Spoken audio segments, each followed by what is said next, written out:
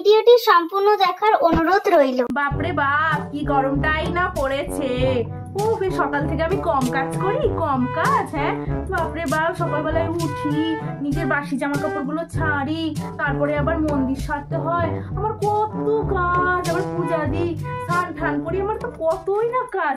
আর এই যে বেলা এখন 8টা বেজে গেল, আর কি একটা বউ নিয়ে এসছে আমার ছেলে, কি নিয়ে এসছে, মুখের সামনে এক কাপ চাও পেলাম না, এতক্ষণ একটা চাও পেলাম না, সত্যি।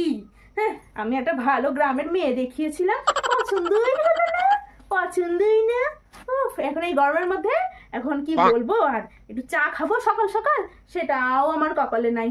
দেখি ডাকি, বৌমা, ও বৌমা। মহারানী আবার কানে শুনবে নাকি আমার কথা? মা, চাটা খেয়ে নিন।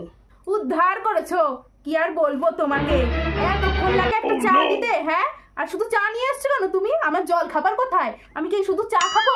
জল খাবার কই আমার? জল খাবার আজ সকালে কত কাজ ছিল বলেন, এক গাড়ি বাসন, এক বালতি জামা কাপড় সব কেচেছি। আমার আর জল খাবার করার মতন একদম শরীরে কোনো এনার্জি নেই মা। ফ্রিজে না পাউরুটি আছে, একটু ছেঁকে দিই, জ্যাম দিয়ে খেয়ে নেবে। সাথে তো একটা বিস্কুটও অবধি দাওনি।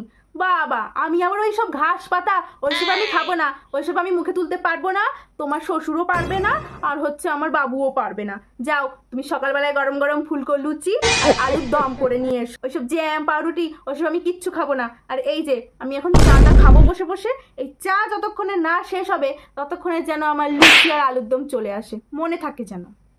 ধুর, এই অসহ্য বুড়িটা আমাকে জ্বালিয়ে শেষ করে দেবে, একটু বোঝে না। ওর মধ্যে এত কাজ করার পরে আবার রান্নাঘরে যেতে ইচ্ছা করে। একদিন একটু জ্যাম পাউরুটি খেলে কি হয়, আবার অসহ্য হয়ে যাবে। একদিন জ্যাম পাউরুটি খাওয়া কি যায় না? গরম গরম লুচি আর আলুর দম। এতক্ষণ সময় লাগলো তোমার এই লুচি আর আলুর দম নিয়ে আসতে? শোনো বৌমা, লুচি তরকারি খেয়েছি, খুব ভালো হয়েছে তোমার লুচি তরকারি। এবার একটা কাজ করো, বাজার করার ব্যাগটা নাও, ধরো তো, যাও বাজার করে নিয়ে এসো। সবজি তো কিছু নেই, সবই তো ফুরিয়ে গেছে। যাও যাও নিয়ে আসো, এই নাও। বলছিলাম মা, বাবাকে একটু পাঠান না বাজারটা করতে, আমি রান্নাও করব আবার বাজারও করব। এটা কি হয় বলুন তো? এমনি তো বাইরে যা রোদের তাপ, তারপর আবার ঘরে এত গরম, বাজার থেকে এসে আবার কি রান্না করা কি সম্ভব? কোথায় গরম? কই গরম তো নেই। আর তোমার হলো শ্বশুর যেতে পারবে না, ওনার খুব শরীর খারাপ, তোমাকেই যেতে হবে। আমারও মাজাটা অতটাও ভালো নেই বৌমা, তোমাকেই যেতে হবে। উফ, কি গরম বাবা, কি গরম। মা, চলে এসেছি বাজার থেকে।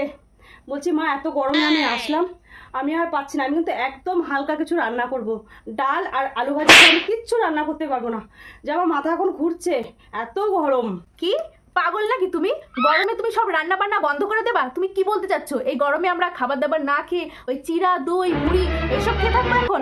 খাবো না ওইসব ঘাস পাতা, খাবো না। যাও তুমি এক্ষুনি গিয়ে রুই মাছের ঝোল করো আর হচ্ছে পাবদা মাছের ঝাল করো। যাও যাও যাও। ভালো মন্দ বসে বসে পাখা নাড়ানো আর খাওয়া, আজকে বের করছি পাবদা মাছের ঝাল। আমি ওসব পারবো না, তোমার ডাল ভাত খেতে আর ঘাস পাতা।